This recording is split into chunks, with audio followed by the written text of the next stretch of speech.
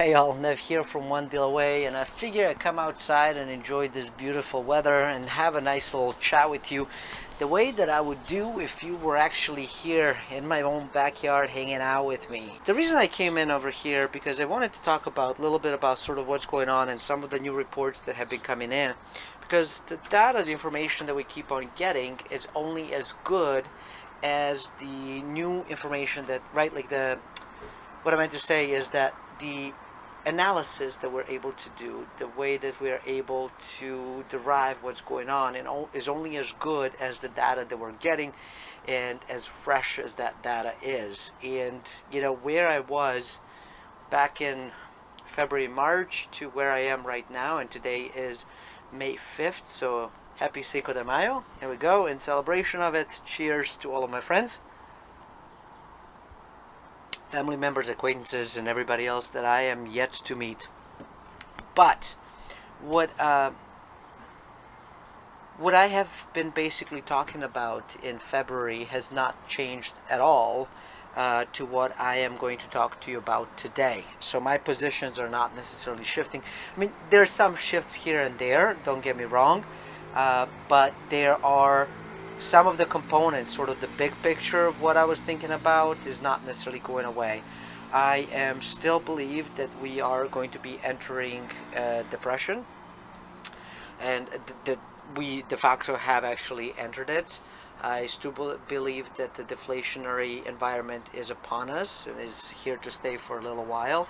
And parts of the deflationary pieces is, right, like people not spending money, people saving a bit more, people paying down debts, people deciding not to leverage as much. So all of those pieces are deflationary, and of course I do believe that that is going to continue.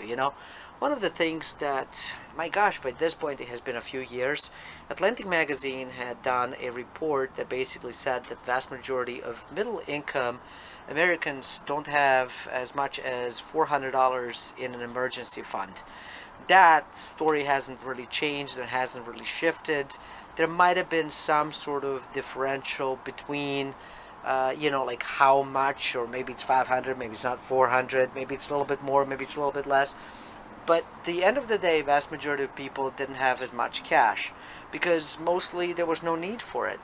We were able to borrow and consume and live paycheck to paycheck, and the problem is that the paycheck has dried up for many individuals thanks to unemployment. Now, of course, because of the particular virus, and I'm told I'm no longer allowed to talk about it, so when I say the situation, you'll know what I'm talking about.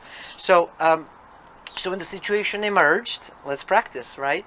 When the situation emerged, a lot of there was a new sort of ruling about unemployment, where people are able to collect obviously the previous pay plus the additional money.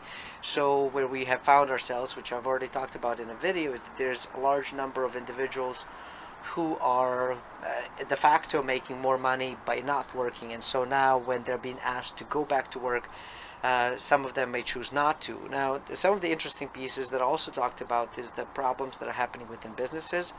And as things are reopening, I just, like I said, I have been entering some of the masterminds about businesses and small businesses and kind of what they're doing.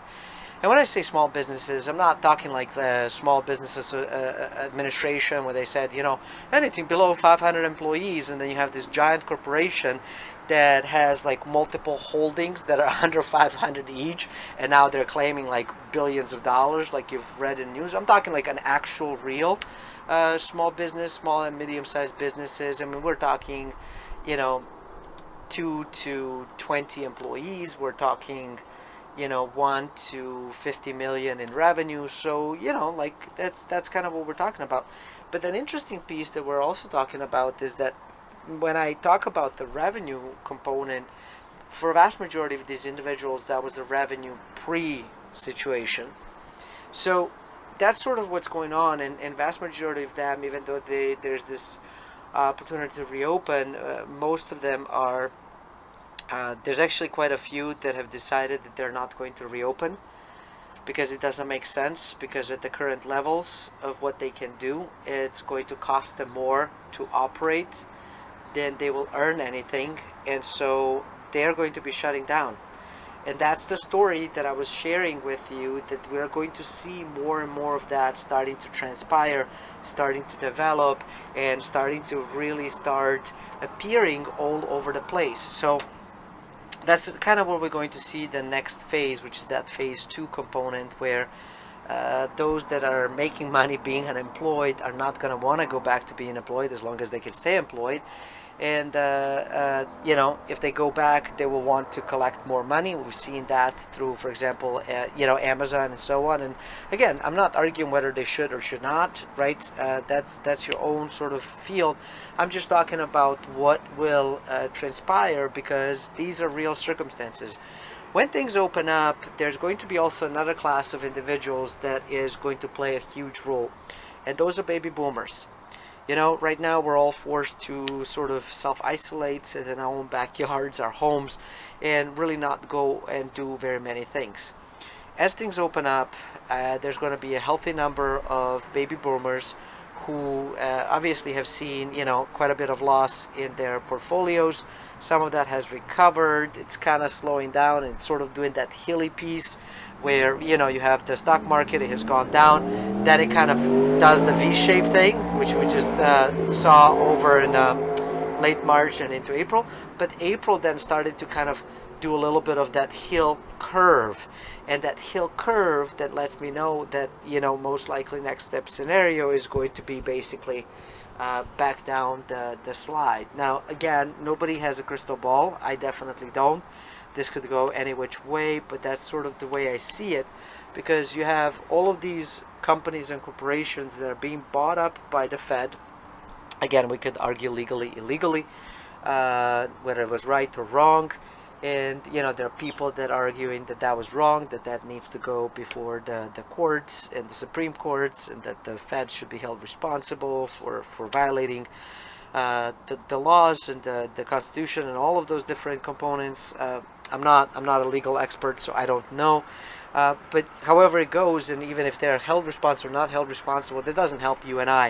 It doesn't help our money. It doesn't help our finance. So I don't even want to engage into that, because it's a waste of energy. But what we'll see is that, because if that kind of continues going down, I think that very many people who are in baby boomer age, they're forced to sell because of the age and because of the way that the laws are set up. So they're going to start exiting the market en masse. And so between all of these companies, that not just that they're not unsustainable, but they have been called zombie companies, because they are getting all of these prices for their shares, but they're not making any money. They're like bleeding cash consistently. So they will eventually collapse. They will have to, unless we all end up buying all of that through nationalization, which really at that point completely eliminates the entire concept of what America stands for. And what we go completely from capitalism into socialism, potentially even fascism, and that's, I don't know if that's going to live through in US. But then again, I never thought that I would be standing in line for food in United States of America. So what I'm saying is anything is possible. So they'll have to sell. Then you have these zombie companies that will have to go down. Then you have all of these corporate bonds that are basically junk, that are being bought up, that are going to have to be sold. And then you also have the individuals who own a lot of the homes having to sell them. And that's really the concept that I want to spend the very next video talking to you about. It's about the real estate and the huge tsunami wave that some of the data is indicating that I have been expecting, but I didn't know exactly what's going on, because it takes a little while to get data. And the data is in. It has been reported not that long ago. There's some additional pieces that I have been able to collect, and that's exactly what I want to talk to you in the very next video. For now, what I want to leave you with is that I am still very much expecting that there's going to be a downturn. I still expect that the value of your dollar is going to go up in the short term. I still expect that cryptocurrencies are going to perform really well. I still expect that gold is going to have its place in the very near future, and I still expect that your treasuries, your short-term bonds, government bonds, are going to perform well because of the deflationary components that I'm expecting. So those are the pieces that I really am expecting to see. Again, I could be wrong, and but we'll see. I do expect the unemployment to continue to rise. It will plateau at some point. It will sort of level off, but I do expect it to continue to rise, and I do expect the corporates' bankruptcies to start hitting the news and the courts, obviously, over the upcoming weeks and months for sure. So those are the expectations that I have, and make sure you tune in for next video where we go and talk about the real estate component. So thanks for watching. Until next time, stay forever money blessed, and do remember, you are only one deal away.